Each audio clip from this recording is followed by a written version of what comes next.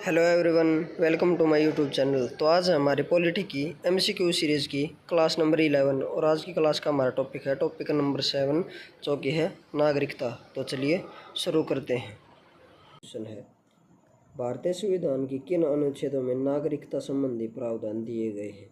तो नागरिकता संबंधी प्रावधान अनुच्छेद 5 से 11 तक दिए गए हैं। तो इस क्वेश्चन का राइट आंसर होगा ऑप्शन नंबर बी, 5 से 11 तक। इनका वर्णन संविधान के भाग 2 में है। नागरिकता संबंधित प्रावधानों का वर्णन संविधान के भाग 2 में अनुच्छेद 5 से 11 तक किया गया है। अनुच्छेद 5 के अनुसार इसमें है संविधान के प्रारंभ पर नागरिकता। संविधान के प्रारंभ पर नागरिकता।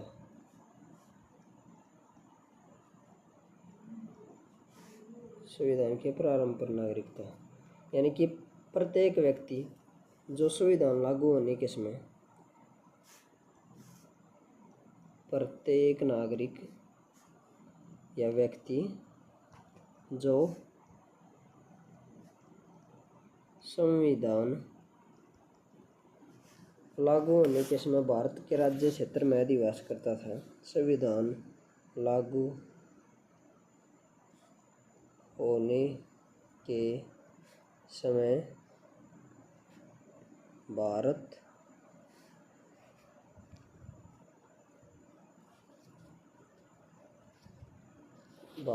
के राज्य क्षेत्र में अधिवास करता था, वह भारत का नागरिक माना जाएगा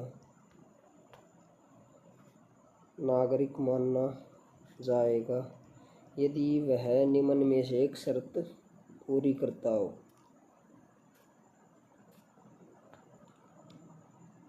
यदि वह कोई एक शर्त पूरी करता हो।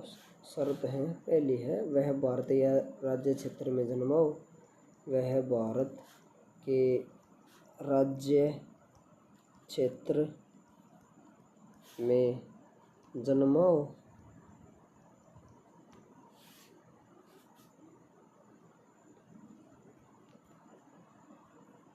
दूसरी शर्त है उसके माता पिता में से कोई एक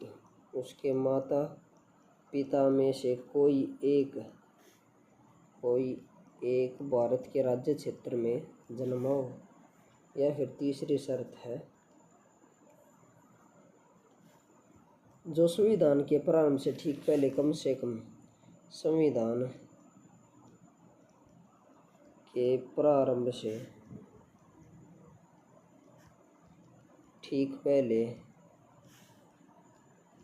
कम से कम 5 वर्ष तक भारत के राज्य क्षेत्र में मामूली तौर से निवास कर रहा हो।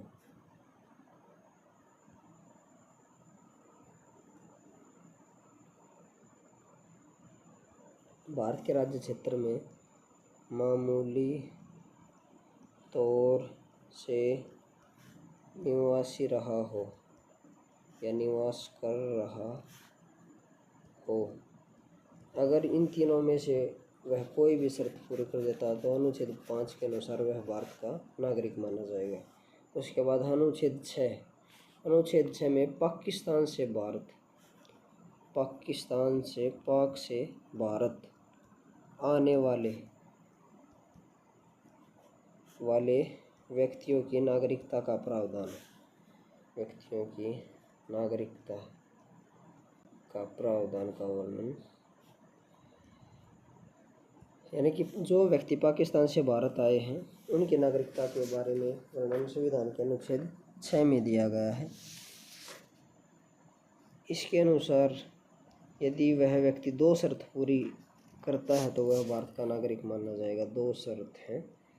पहली शर्त है यदि वह 19 जुलाई 1948 से पूर्व भारत आया हो, या फिर 19 जुलाई 1948 या इसके पश्चात भारत आया हो।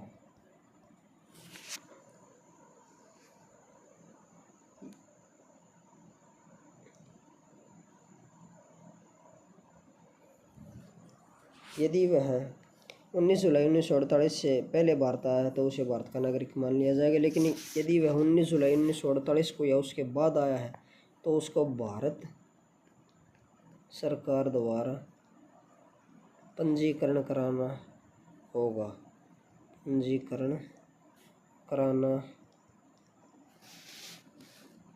होगा और पंजीकरण के लिए उसे कम से कम 6 महीने तक भारत के राज्य क्षेत्र में रहना होगा। कम से कम 6 महीने तक भारत के राज्य क्षेत्र में रहना होगा।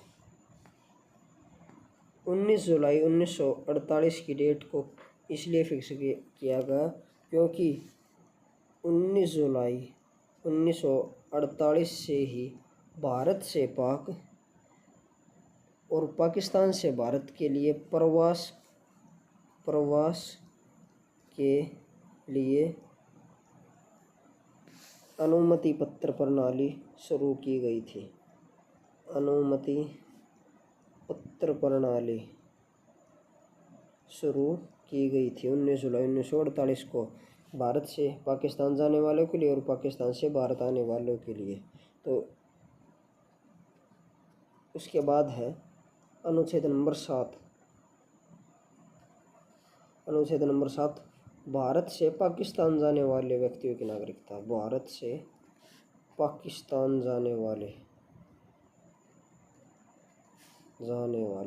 व्यक्तियों की नागरिकता के बारे में प्रावधान अनुच्छेद 7 में दिया गया है। अनुच्छेद 6 में पाकिस्तान से भारत आने वाले पाक टू भारत और अनुच्छेद 7 में भारत से पाकिस्तान जाने वाले व्यक्तियों के बारे में वर्णन है। तो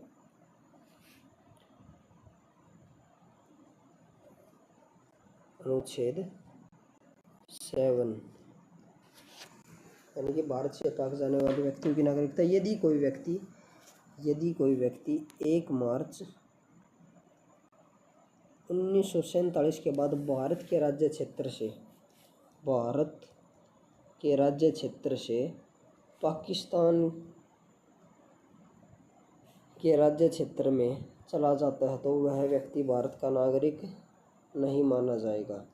भारत का नागरिक नहीं माना जाएगा।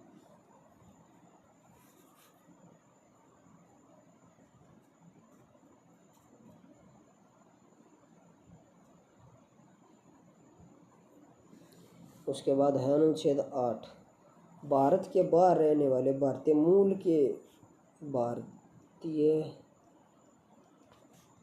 मूल के व्यक्तियों की नागरिकता का प्रावधान। भारतीय मूल के व्यक्तियों की नागरिकता का प्रावधान। भारतीय मूल से तात्पर्य उन व्यक्तियों से है जो संविधान लागू होने के समय भारत में निवास नहीं करते थे लेकिन वे भारतीय थे।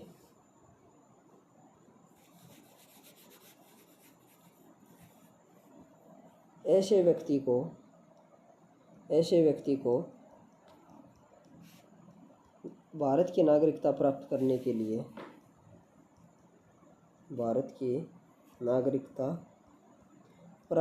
के लिए जिस देश में वह निवास कर रहा हो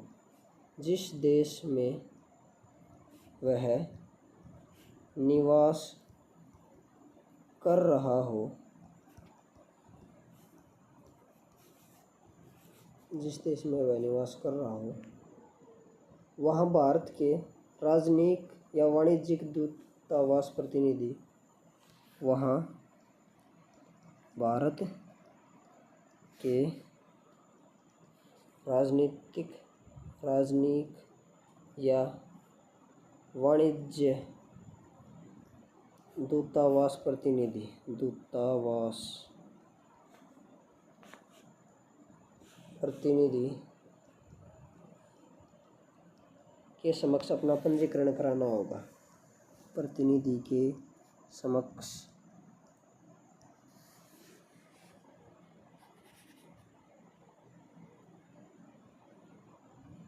पंजीकरण कराना होगा। उसके बाद उसे भारत का नागरिक मान लिया जाएगा। उसके बाद है अनुच्छेद नंबर 9, स्वेच्छा से विदेश की नागरिकता अर्जित करने वाले, स्वेच्छा से विदेश की नागरिकता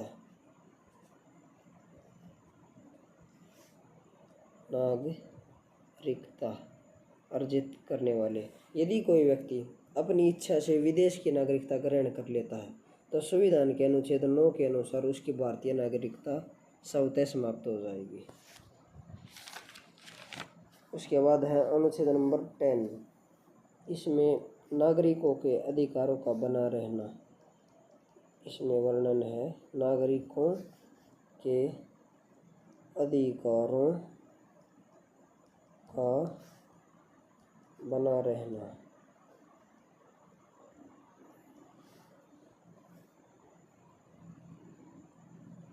उसके बाद है अनुच्छेद नंबर 11, अनुच्छेद 11 में है संसद को नागरिकता के संबंध में कानून बनाने की शक्ति प्रदान की गई है। संसद को नागरिकता के संबंध में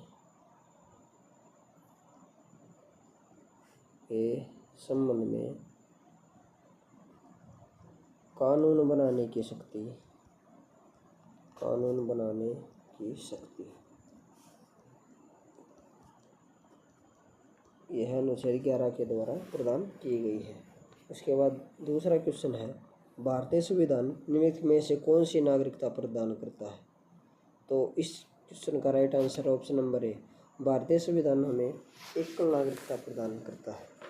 उसके बाद अगला क्वेश्चन है किस अनुच्छेद के तहत संसद को नागरिकता के संबंध में कानून बनाने का अधिकार प्रदान किया गया है?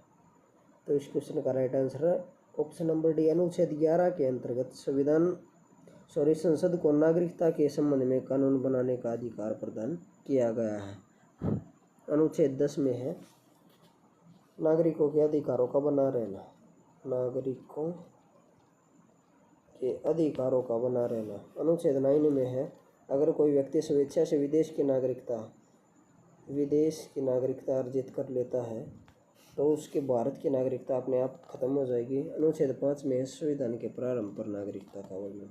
उसके बाद है भारतीय नागरिकता नहीं प्राप्त की जा सकती। ऑप्शन नंबर ए जन्म द्वारा, ऑप्शन नंबर बी देशीयकरण द्वारा, ऑप्शन नंबर सी किसी भूभागीय सम्मेलन द्वारा, ऑप्शन नंबर डी भारतीय बैंक खाते में धन जमा करने से। तो इस क्वेश्चन का right answer option number D, भारतीय बैंक खाते में धन जमा करने से भारत की नागरिकता प्राप्त नहीं की जा सकती है।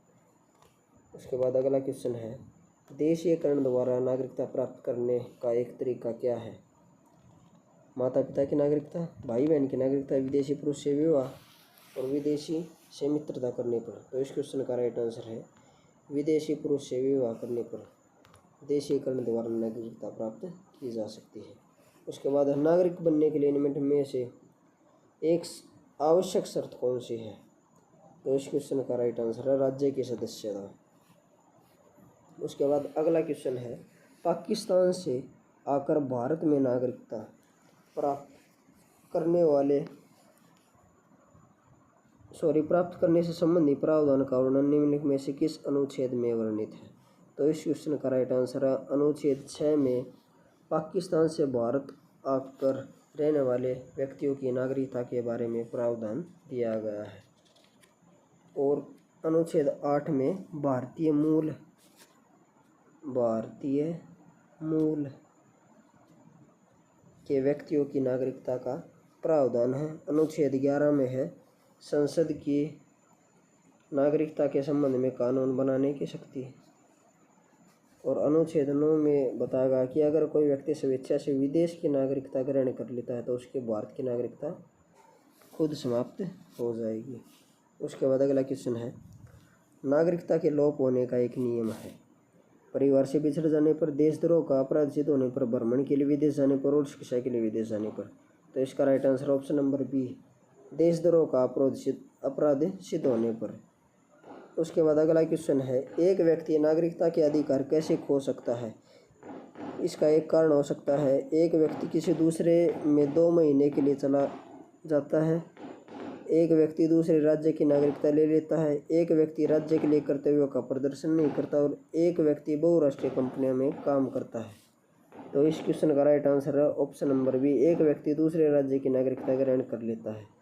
उसके बाद है, निम्नलिखित में से कौन सी शर्त भारत की नागरिकता प्राप्त करने के लिए नहीं है।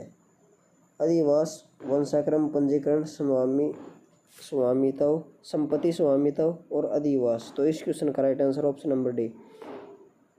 उसके बाद अगला क्वेश्चन है, भारत की नागरिकता निम्नलिखित में से किस प्रकार प्राप्त की जा सकती है। तो इस क्वेश्चन का राइट आंसर है उपयुक्त सभी, यानी कि जन्म से, वंशानुक्रम और देशीकरण, इन तीनों तरीकों के द्वारा भारत की नागरिकता प्राप्त की जा सकती है। अगला क्वेश्चन है, नागरिकता प्राप्त करने व खोने के विषय में विस्तार से चर्चा कहाँ की गई है। तो इसका right answer option number B, 355 के नागरिक कानून में नागरिकता प्राप्त करने और खोने से विस्तार में चर्चा की गई है। अगला क्वेश्चन है, नागरिकता संशोधन अधिनियम 1992 के अनुसार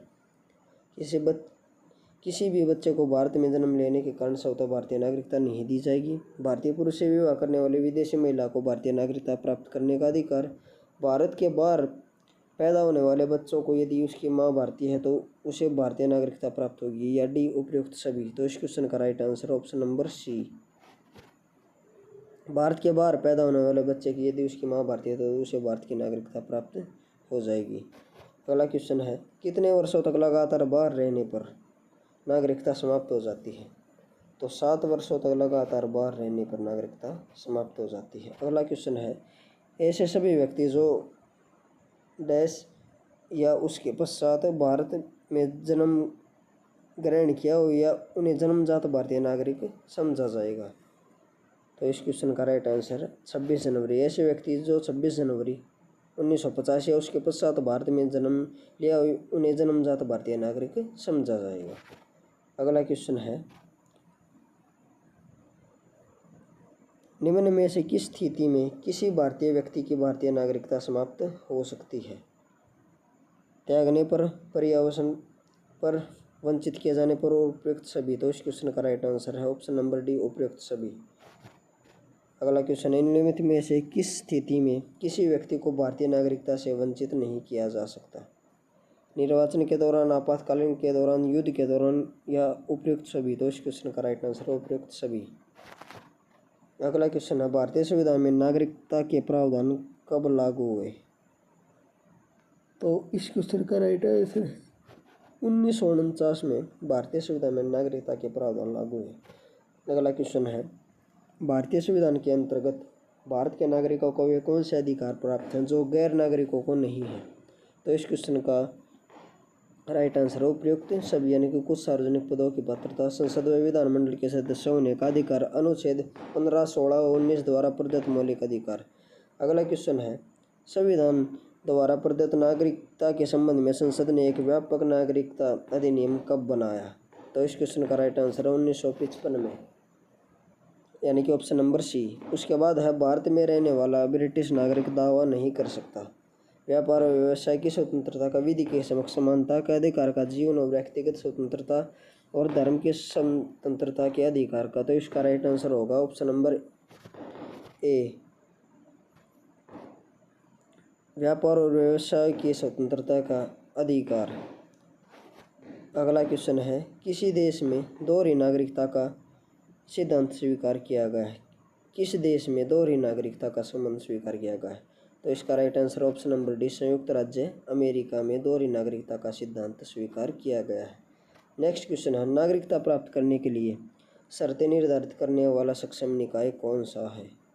तो इस क्वेश्चन का राइट आंसर है ऑप्शन नंबर सी, यानी कि संसद नागरिकता प्राप्त करने के लिए शर्त निर्धारित करने वाला सक्षम निकाय है। और इसी के साथ ये टॉपिक ख़त्म होता है। अगर आपको वीडियो अच्छी लगी हो तो वीडियो को लाइक एंड शेयर करें तथा चैनल को सब्सक्राइब करें। Thank you.